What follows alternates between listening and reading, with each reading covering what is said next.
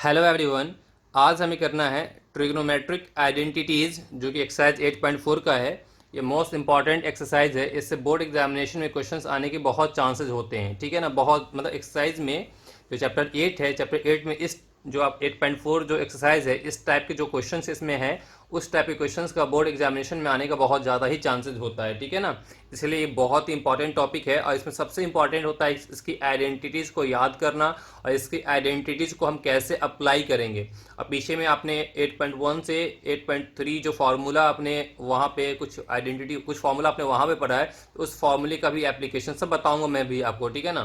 तो अब यहाँ पे देखते हैं कि ट्रिग्नोमेट्रिक आइडेंटिटीज़ क्या होता है। ठीक है ना। तो चलिए यहाँ पे देखिए आप, यहाँ पे डेफिनेशन में हमारा क्या गिवन है कि you may recall that an equation is called an identity when it is true for all values of the variables involved. एक इक्वेशन को हम आइडेंटिटी बोलते हैं, कब बोलते हैं?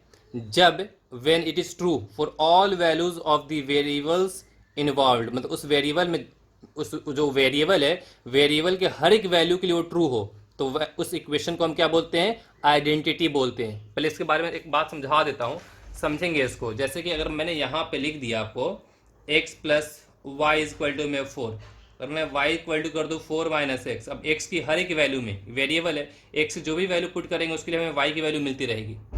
बात समझ में आ रही कि नहीं आ रही है? तो बोला ना कि आपको यहाँ पे कि you may recall that an equation is called an identity when it is true for all values of the variable, all values of the variable का हर एक वैल्यू के लिए हमारा क्या हो? ट्रू हो।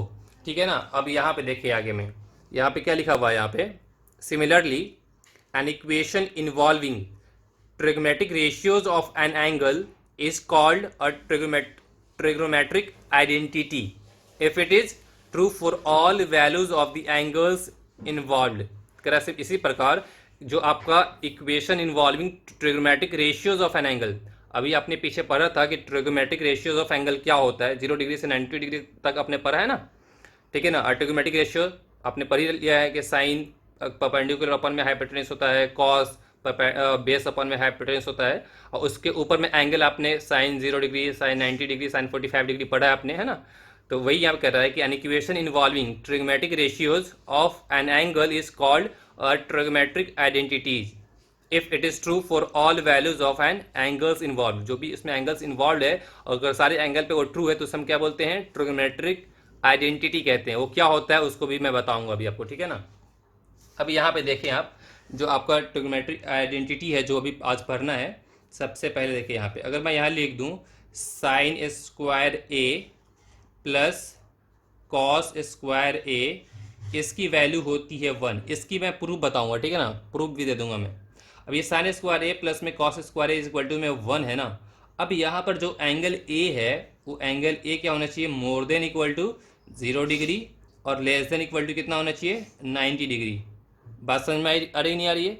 तो अब जो हमने अभी बताया था आपको यहाँ पे कि equation involving trigonometric ratios of an angle is called a trigonometric identity if it is true for all values of the angles involve. बताया था मैंने आपको। अब यहाँ पे ए में 0 से 90 डिग्री में जितने भी वैल्यूज इन्वॉल्व है, सारी वैल्यूज के लिए हमारा क्या होगा? ट्रू होगा। बात समझ में आई? इसको हम क्या बोलेंगे? इसी को बोलेंगे हम ट्रिग्नोमेट्रिक आइडेंटिटीज। अब यहाँ पे एक जगह पे कुछ भी हो सकता है। एक्स यहाँ है, अगर यहाँ भी एक्स है तो भी इसकी वैल्यू 1 होगी, और यहाँ पे साइन स्क्वायर थीटा प्लस में कॉस स्क्वायर थीटा होगा तो भी इसकी वैल्यू कितनी होगी? 1 होगी। ठीक है ना। अगर मैंने एक एग्जांपल ले लूँ, मैं यहाँ कह दूँ साइन स्क्वायर 5 डिग्री प्लस में क्या कर दूँ मैं? कॉस स्क्वायर 5 डिग्री, इसकी वैल्यू भी कितनी हो जाएगी? 1 हो जाएगी। अगर आपने यहाँ कर दिया suppose sine square 8.1 degree plus में कर दिया कॉस स्क्वायर 8.1 डिग्री, इसकी वैल्यू भी कितनी हो जाएगी? 1 ही होगी। या आप कर दो यहाँ पे साइन स्क्वायर 15 डिग्री प्लस में कॉस स्क्वायर 15 डिग्री, इसकी वैल्यू भी कितनी होगी? 1। या आप कर दो यहाँ पे कॉस स्क्वायर 90 डिग्री प्लस में साइन स्क्वायर 90 डिग्री, इसकी वैल्यू भी 1।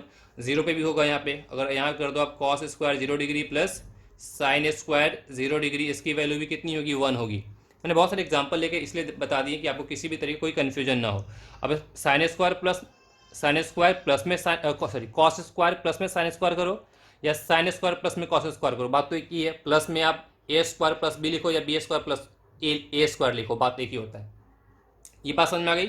तो साइन स्क्वायर ए प्लस में कॉस स्क्वायर इक्वल टू में 1, जब ए हमारा मोर देन इक्वल टू 0 और लेस देन इक्वल टू कितना हो 90 डिग्री है। अब देखते हैं इसका अगला वाला आइडेंटिटी।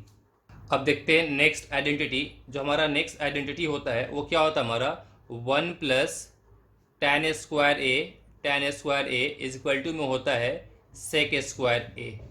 ठीक है, हमने क्या बोला 1 plus tan square A equal to sec square A. इसमें क्या होता है यहाँ पर ए की वैल्यू जो होती है हमारे को वो होता है more than equal to 0 degree but less than 90 degree. 90 degree पे इक्वल का साइन नहीं लगा हुआ है क्योंकि tan 90 डिग्री क्या होता है नॉट डिफाइंड। अब याद करें मैंने बताया था आपको पार्ट 5 में, ठीक है, जब मैंने टेबल बताया तो वहाँ बताया था मैंने, देखिए tan 90 डिग्री पे क्या होता है नॉट डिफाइंड, वो इन्फिनिटी हो जाता है, ठीक है ना। इसलिए यहाँ पे 0 की वैल्यू इंक्लूड होगी 0 डिग्री या 0 से बड़ा हो, बट 90 डिग्री इंक्लूड नहीं है, 90 डिग्री से छोटी एंगल, ठीक है ना, इस पर ये हमारा डिफाइंड है। मतलब 1 प्लस में tan square A equal to में सेक स्क्वायर ए जो है सारे के सारे डिग्री पे डिफाइंड है जब एक जो हमारा है more than equal to 0 degree हो बट लेस देन क्या हो 90 डिग्री हो। क्लियर इतनी बातें। इसके बाद वाला देखते हैं। इसके बाद वाला आपका है 1 plus cot square A equal to होता है हमारा कॉसेक स्क्वायर ए। और इसमें क्या होता है, इसमें हमारा जो ए जो है वो होता है मोर देन 0 डिग्री, ठीक है, और लेस देन इक्वल टू क्या होता है यहाँ पे 90 डिग्री। अब इस वाले केस में हमारा क्या होता है, यहाँ पे क्या होता है हमारा कि कॉसेक और कॉट दोनों 0 डिग्री पे क्या होता है नॉट डिफाइंड। फिर से बोलूँ, कॉसेक और कॉट दोनों 0 डिग्री पे क्या होता है नॉट डिफाइंड होता है। देखिए आप यहाँ कॉसेक 0 डिग्री पे क्या हमारा नॉट डिफाइंड, कॉट भी हमारा 0 डिग्री पे क्या है नॉट डिफाइंड। इसलिए इस वाले केस में 0 डिग्री नहीं लेते हैं, ये मोर देन 0 डिग्री होगा और less than equal to 90 degree होगा। 90 डिग्री पे ये दोनों डिफाइंड होता है। बात समझ में आपको आ रही है। ये आपकी जो 3 ट्रिग्नोमेट्रिक आइडेंटिटीज़ है, ये सारे 3 ट्रिग्नोमेट्रिक आइडेंटिटीज को आपको लर्न रखने हैं। इसी को हम क्या करेंगे यूज़ करते हुए एक्सरसाइज 8.4 हम सॉल्व करेंगे। एक बात मैं बताना चाहता हूँ, उसको ध्यान समझे। जैसे इसमें मैंने क्या बोला कि 0 डिग्री पे नहीं होगा, तो यहाँ पे सपोज अगर आपने लिख दिया, अच्छा इसको आप ऐसे भी लिख सकते हो, इसको लिखना चाहते हैं आप तो ऐसे कर सकते हैं। क्या लिख सकते हैं यहाँ पे कॉसेक स्क्वायर ए माइनस, इसको इधर करने में माइनस होगा, माइनस में कितना cot square A is equal to में कितना 1। आप ऐसे लिख सकते हैं, कोई दिक्कत नहीं ना, वो तो अपने अकॉर्डिंगली आप लिख सकते हैं। और आप यहाँ पे जो ये गिवन है यहाँ पे इसको आप ऐसे लिख सकते हैं, क्या सेक स्क्वायर ए माइनस इधर करने कितना आएगा tan square A is equal to में क्या 1, ठीक है ना। अब इस वाले केस में आप लिख सकते हैं, यहाँ पे 0 यूज नहीं करेंगे। अगर मैं यहाँ पे सपोज लिख दिया यहाँ पे कॉसेक स्क्वायर 1 डिग्री माइनस में कॉट स्क्वायर 1 डिग्री, तो वैल्यू कितनी होगी 1। 0 और 90 डिग्री के बीच में 0 नहीं होना चाहिए, 90 डिग्री यूज कर सकते हैं। यहाँ पे हम क्या लिख सकते हैं कॉसेक स्क्वायर 90 डिग्री माइनस में कॉट स्क्वायर 90 डिग्री, इसकी वैल्यू कितनी होगी 1, ठीक है ना। देखो मैं एक बात बताना चाहता हूँ, अगर मुझे सिर्फ ये आइडेंटिटी ये आइडेंटिटी ये आइडेंटिटी लिखना होता लिख देता मैं, 1 मिनट में ये आइडेंटिटी लिख देता, मैं बोलता अब इसे याद कर लो।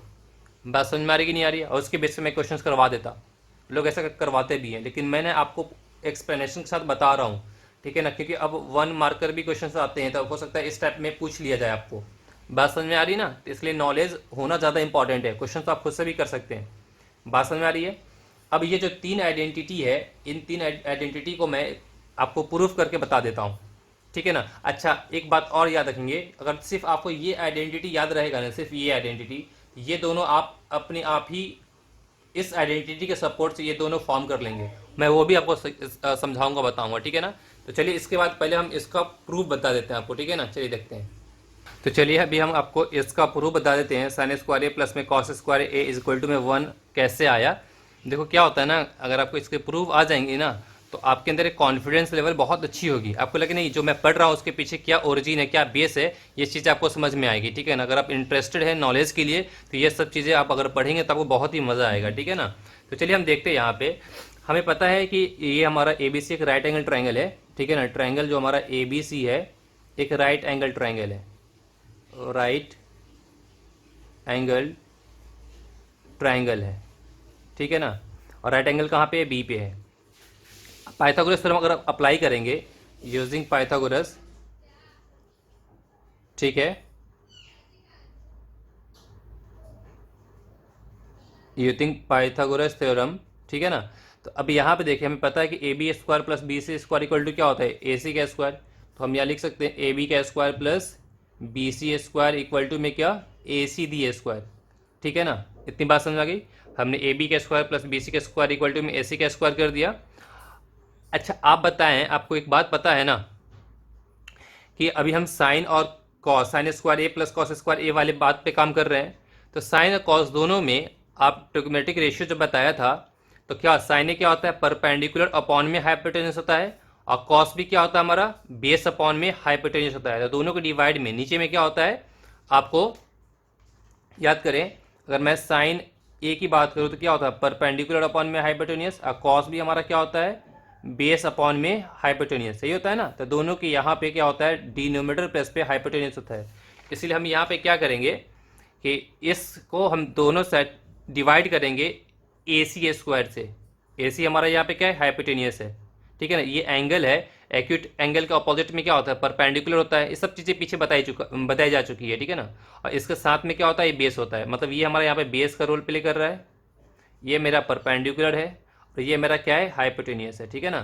तो अब यहाँ देखिए, अगर मैं डिवाइड कर दूँ यहाँ पे ए सी के स्क्वायर से दोनों साइड, तो ये हमारा क्या है, ए बी का square upon A C square हो जाएगा, फिर plus B C square upon A C square equal to में A C square upon A C square. ठीक है, इतनी बातें। इसको आप लिख सकते हैं ऐसे, A B upon A C the whole square, square यहाँ भी है, तो हमने एक साथ होल स्क्वायर लिख दिया, ऐसा हम लिख सकते हैं। ठीक है, बी सी अपॉन में A C the whole square equal to A C upon A C the whole square. अब बताएं ए बी अपॉन ए सी, ध्यान समझें, एंगल हमारा यहाँ पे है, एंगल यहाँ पे है, तो ए बी हमारा क्या है, बेस है, और ए सी हमारा क्या है, हाइपोटेन्यूस है। तो बेस अपॉन हाइपोटेन्यूस किस में होता है, कॉस में होता है, और यहाँ पे एंगल क्या ए है, तो क्या आएगा यहाँ पे, कॉस ए का स्क्वायर, फिर प्लस बी सी अपॉन में ए सी, है ना। एक्यूट एंगल का अपोजिट में क्या, परपेंडिकुलर, परपेंडिकुलर अपॉन में हाइपोटेन्यूस में बी सी अपॉन ए सी। तो बी सी हमारा क्या, परपेंडिकुलर अपॉन में ए सी, ये क्या होता है, साइन का होता है। यहाँ पे कितना, इसका जगह पे कितना आएगा, साइन ए का स्क्वायर इक्वल टू, ये कैंसिल, तो यहाँ पे 1 का स्क्वायर। तो कॉस ए का स्क्वायर को आप क्या लिख सकते हैं, कॉस स्क्वायर ए, इसको हम क्या लिखेंगे, साइन स्क्वायर ए, 1 का स्क्वायर क्या, 1, यही तो था, क्या था यहाँ पे, sine square A plus cos square A equal to 1, या आप cos square A plus sine square A equal to 1, बातें की हो गया प्रूफ। बात समझ में आ रही है। अच्छा एक चीज़ में आप बिल्कुल भी मिस माइंड मत होंगे, ठीक है ना, वो क्या है हमारा, जैसे कि यहाँ पर लिखा हुआ है कॉस ए का स्क्वायर।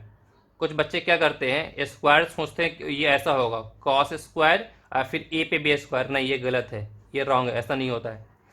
कॉस ए का होल स्क्वायर है तो ये स्क्वायर सिर्फ कॉस पे आएगा, एंगल पे नहीं आता है। तो कितना आएगा, cos square A plus sine square है, ये ऐसा मत कर देना, ठीक है ना, ये गलत है। ठीक है, इतनी बातें। अभी हमने आपको क्या बताया, अगर ये आपको आता है, इसके सपोर्ट से आप इसको भी प्रूव कर सकते हैं। कैसे, कुछ नहीं करना है, ये वाला एक याद है आपको, इसको डिवाइड कर दो अब कॉस स्क्वायर से। जैसे कॉस स्क्वायर से डिवाइड करेंगे तो यहाँ कितना आएगा, कॉस स्क्वायर ए प्लस में ये हमारा साइन स्क्वायर ए है, इज इक्वल टू में 1 है, कॉस स्क्वायर ए से डिवाइड कीजिए तो कॉस स्क्वायर ए, यहाँ भी कितना आएगा, कॉस स्क्वायर ए, और यहाँ भी कितना आपको आएगा, कॉस स्क्वायर ए। ये कॉस स्क्वायर ए से कॉस स्क्वायर कैंसिल होने पे यहाँ पे 1 आ जाएगा, और साइन बाई कॉस कितना होता है, याद कीजिए, हमने बताया था आपको, साइन ए अपॉन में कॉस ए जो होता है वो होता है tan ए। ठीक है ना, ये पार्ट 1 में ही बताया था मैंने, ठीक है ना। अगर यहाँ भी स्क्वायर है, यहाँ भी स्क्वायर है, तो साइन स्क्वायर ए अपॉन में कॉस स्क्वायर ए क्या हो जाएगा, और tan स्क्वायर ए हो जाएगा। ठीक है, तो इसके जगह पे कितना आपको आएगा, यहाँ पे आएगा tan स्क्वायर ए, और 1 अपॉन में कॉस, ठीक है ना, 1 अपॉन में कॉस, 1 अपॉन में कॉस ए जो होता है वो होता है सेक ए। ये सब पार्ट 1 का था, ठीक है ना। 1 अपॉन में कॉस ए क्या होता है हमारा, सेक ए होता है। अगर मैं यहाँ स्क्वायर कर दूँ तो 1 अपॉन में कॉस स्क्वायर कितना आएगा, सेक स्क्वायर ए। तो 1 अपॉन में कॉस स्क्वायर कितना हो जाएगा आपको, सेक स्क्वायर ए। देखिए यहाँ पे 1 प्लस में tan square A equal to में सेक स्क्वायर ए, ये वाला हो गया, है ना। सिर्फ आपको ये याद है तो आपने इसको भी ड्राइव कर लिया। इसको अगर आप साइन से डिवाइड कर देंगे ना तो आपको ये वाला मिल जाएगा। अभी उसको भी करके दिखाता हूँ मैं आपको, ठीक है, इससे आप नोट डाउन कर लें। अब देखिए, इसे मैंने बताया था ना कि इससे आप ये वाला भी निकाल सकते हैं, 1 प्लस में कॉट स्क्वायर इक्वल टू में कॉसेक स्क्वायर। इसमें क्या करना है आपको, इसमें ये करना है कि यहाँ पे हम डिवाइड, इसको कॉस से किया था, इसको साइन से करेंगे, तो साइन से करेंगे कितना, ये कॉस स्क्वायर ए है अपॉन में आपको हो जाएगा ये साइन स्क्वायर ए, फिर प्लस में ये क्या है साइन स्क्वायर ए अपॉन में sine square A equal to में आपको है 1 है तो 1 अपॉन साइन स्क्वायर ए। ये कॉस अपन में साइन क्या होता है, कॉट होता है, ठीक है ना, कॉस अपन में साइन कॉट होता है, तो कॉस स्क्वायर ए अपन में साइन स्क्वायर ए कितना होगा, ये हो जाएगा कॉट स्क्वायर ए प्लस ये कैंसिल हो गया, यहाँ पे 1 आ जाएगा इक्वल टू में 1 अपन में साइन, 1 अपन में अगर ये साइन ए है तो इसका फॉर्मूला होता है कॉसेक ए, ठीक है ना, 1 अपन साइन स्क्वायर होने पे कितना आएगा, कॉसेक स्क्वायर हो जाएगा, कॉसेक स्क्वायर ए। तो देखें यही चीज़ हो गया, 1 प्लस में कॉट स्क्वायर ए, 1 प्लस में कॉट स्क्वायर इक्वल टू में कितना कॉसेक स्क्वायर है। तो मैजिक देखा ना आपने, क्लियर थी बातें। अब याद करें कि इस वाले केस में हमने बताया था कि यहाँ पर जो ई होता है more than equal to 0 degree होता है और लेस देन इक्वल टू क्या होता है 90 डिग्री होता है, ये बोला था ना। बट इस वाले केस में हमने क्या बताया था कि यहाँ पर ए की जो वैल्यू होती है वो more than equal to 0 degree होता है और लेस देन हमारा क्या होता है 90 डिग्री होता है, बताया था आपको। अब ऐसा क्यों होता है, क्योंकि आप इसे डिवाइड कैसे किए, कॉस से डिवाइड किए, और कॉस 90 डिग्री की वैल्यू कितनी होती है, 0 होती है, कॉस 90 डिग्री की वैल्यू कितनी होती है, 0 डिग्री होती है, सॉरी 0 होती है, कितनी होती है, 0 होती है। अब यहाँ पे 0 अगर मैं 90 डिग्री यहाँ लिख दूँ तो कॉस 90 कितना हो जाएगा, कॉस स्क्वायर 90 0 डिग्री सॉरी 0 हो जाएगा, कॉस स्क्वायर 90 डिग्री कितना होगा, 0 हो जाएगा, तो नीचे में 0 आ नहीं सकता है, नॉट डिफाइंड हो जाता है, इसलिए 90 पे ये हमारा क्या होता है, नॉट डिफाइंड होता है, ठीक है ना। इसी तरीके से इस वाले में देखें, इस वाले में क्या होता है, यहाँ पर जो आपका ए होता है वो मोर देन 0 डिग्री होता है और लेस देन इक्वल टू क्या 90 डिग्री होता है। अब देखिए यहाँ पे इसको आपने किससे डिवाइड किया है, साइन स्क्वायर से, मीन साइन से डिवाइड किया है। अब आपको पता है कि साइन 0 डिग्री की वैल्यू कितनी होती है, 0 होती है ना। अगर यहाँ पे साइन 0 डिग्री लिखूंगा मैं तो कितना होगा, 0 हो जाएगा, और नीचे में 0 होने पर क्या होता है, नॉट डिफाइंड होता है, इसलिए यहाँ पे 0 डिग्री नहीं होता है। तो आपको समझ में आ गया ना, सिर्फ याद करना is not a big deal, आप जो कर रहे हो उसके बारे में कुछ नॉलेज होना ज़्यादा इंपॉर्टेंट है। बात समझ में आई। क्या होता है बहुत सारे टीचर्स को मैंने देखा, मैं किसी भी टीचर्स की बुराई नहीं कर रहा हूँ, जो भी है उनके अंदर नॉलेज है तो आपको टीच कर रहे हैं, ठीक है ना। और डायरेक्ट क्या करेंगे, आइडेंटिटीज आपको बता देंगे, कॉन्सेप्ट नहीं बताएंगे। कॉन्सेप्ट अगर आपको पता होगा, आप पढ़ने वाले बच्चे हैं, इंटरेस्टेड हैं, तो फिर आपके अंदर ना एक इंटरेस्ट लेवल ज़्यादा हाई अप होगी, ठीक है ना, आपको और अच्छा लगेगा, नहीं इसके पीछे क्या बेस है। बात समझ में आ रही है कि नहीं आ रही है, तो ठीक है आप इससे नोट डाउन कर लें। इसके बाद मैं कुछ फॉर्मूले और हैं जो मुझे आपको बताना है, ठीक है ना। एक्सरसाइज 8.4 सॉल्व करने के लिए जैसे कि अभी हमने आपको 3 आइडेंटिटीज बता दी हैं, तो कुछ चीज़ें और है जो आपको अपने माइंड में रखनी है, ठीक है ना। जैसे कि साइन ए है उसको हम क्या लिखते हैं, 1 अपॉन कॉसेक ए, ये एक दूसरे का क्या होता है, रेसिप्रोकल होता है, ठीक है ना। ये कॉसेक ए ये सब पीछे पढ़ चुके हैं, इक्वल टू क्या होता है 1 अपॉन में साइन ए होता है, ठीक है इतनी बातें। सिमिलरली यहाँ पे कॉस ए जो होता है वो रेसिप्रोकल होता है किसका, सेक ए का, सेक कॉस का होता है, सेक ए हमारा क्या होगा 1 अपॉन में कॉस है। ये सारी चीज़ आपको माइंड में होनी चाहिए, ठीक है ना। अगर ये सब चीज़ माइंड में होगी तो एक्सरसाइज 8.4 कर पाएंगे, अदरवाइज आप नहीं कर पाएंगे, बहुत परेशानी होगी आपको। टैन ए जो होता है वो क्या होता है 1 अपॉन में कॉट ए होता है, फिर इक्वल टू क्या होता है ये साइन ए अपॉन में कॉस ए होता है, साइन ए अपॉन में कॉस है, sign A upon cos A क्या होता है, टैन ए होता है, ठीक है ना। और इसी तरीके से कॉट ए जो हमारा होता है, कॉट ए ये टैन का रेसिप्रोकल मीन्स 1 अपॉन में कितना आएगा, टैन ए, ठीक है ना। जब टैन साइन अपॉन में कॉस है तो कॉट कितना आएगा, कॉस ए अपॉन में साइन ए, क्योंकि कॉट क्या होता है टैन का रेसिप्रोकल, तो कॉस ऊपर साइन नीचे, ठीक है इतनी बातें। ये सारी चीज़ें आपको याद रखनी है, ठीक है ना। ये और जो 3 आइडेंटिटीज मैंने बताई हैं, ये वाला this one and this one, ठीक है। अब बात ये आती है अगर उसके साथ साथ और भी कुछ फॉर्मूले का अगर यूज़ होगा तो मैं हैंड टू हैंड बताता रहूँगा वहाँ पे आपको, ठीक है। इतने को नोट डाउन कर लें, इसके बाद मैं कुछ एग्जांपल कर रहा हूँ अभी, ठीक है। तो एग्जांपल 12 देखते हैं। एग्जांपल 12 में क्या गिवन है आपका, express the ratios cos A, tan A and sec A in term of sine A. मतलब ये हुआ कि कॉस, टैन और सेक इन सब को साइन ए के टर्म में लिखना है। इसका क्या मतलब होता है समझेंगे पहले, ठीक है ना। चलिए यहाँ से देखते हैं। अब हमें क्या करना है, कॉस ए को भी साइन ए के टर्म में लिखना है। तो अब आइडेंटिटी याद करें, हमने बताया रखा है आपको कि sine square A plus cos square A is equal to में 1 होता है, ठीक है। हम इसको यूज़ करेंगे क्योंकि इसके थ्रू हम कॉस ए को साइन ए के टर्म में लिख सकते हैं। साइन स्क्वायर को इधर करेंगे, स्क्वायर को इधर करेंगे, तो कॉस ए जो है हमारा साइन ए के टर्म में आ जाएगा, ठीक है ना। इसलिए कह रहा हूँ आइडेंटिटी का याद होना बहुत ज़रूरी है, ठीक है ना। तो चलिए यहाँ पे देखिए आप, अब यहाँ पे हमारा क्या आएगा, क्या होता है हमारा sine square A plus cos square A is equal to में 1। ठीक है, तो कॉस ए को साइन के टर्म में लिखना है, साइन ए के टर्म में, तो साइन स्क्वायर को शिफ्ट कर दो आप उधर। तो यहाँ पे कितना आएगा, cos square A equal to 1 minus में ये आपको हो जाएगा साइन स्क्वायर ए। स्क्वायर को शिफ्ट करने पे क्या बनता है, रूट बनता है, तो कॉस ए हमारा क्या आएगा, और रूट में प्लस माइनस की वैल्यू आती है। ठीक है, तो 1 माइनस में साइन स्क्वायर ए, बट हम वैल्यू क्या लेंगे, सिर्फ पॉजिटिव लेंगे, नेगेटिव नहीं लेंगे। ये क्यों ऐसा करेंगे, अगर आप अभी तक नहीं जानते हैं तो आज जान लें आप, ठीक है ना। क्योंकि आप जो एंगल पढ़ते हैं इसमें एंगल ए जो है मोर देन इक्वल टू कितना है 0 डिग्री, और लेस देन इक्वल टू क्या हमारा 90 डिग्री। और इस पे आप वैल्यूज को देखेंगे, इसकी वैल्यूज ऑलवेज क्या होती है, पॉजिटिव होती है। इसमें कहीं भी वैल्यूज नेगेटिव है, कहीं भी वैल्यूज नेगेटिव नहीं है, सब जगह वैल्यू पॉजिटिव है या नॉट डिफाइंड है। ठीक है ना, इतनी बातें। इसलिए ये जो वैल्यू आएगी कॉस की पॉजिटिव आएगी, नेगेटिव नहीं आएगी। ठीक है, तो हमें क्या करना था, कॉस को साइन के टर्म में लिखना था, तो कॉस को हमने साइन के टर्म में लिख दिया, ये आपका एक आंसर हो गया। ठीक है ना, ये एक आपका आंसर हो गया। इसके बाद हमें क्या करना है, tan को लिखना है साइन ए के टर्म में। अब देखिए आइडेंटिटी, साइन को हमें क्या करना है, सॉरी tan को करना है साइन के टर्म में। ठीक है, तो कहाँ पे tan है, tan में साइन और कॉस का यूज किया हुआ है। tan क्या हमारा साइन ए अपॉन में कॉस ए है, तो tan ए इक्वल टू में साइन ए अपॉन में कॉस ए हम यहाँ पर लिख लेते हैं। ठीक है ना, इसके बाद ध्यान से देखेंगे, tan A is equal to sine A upon में कॉस ए।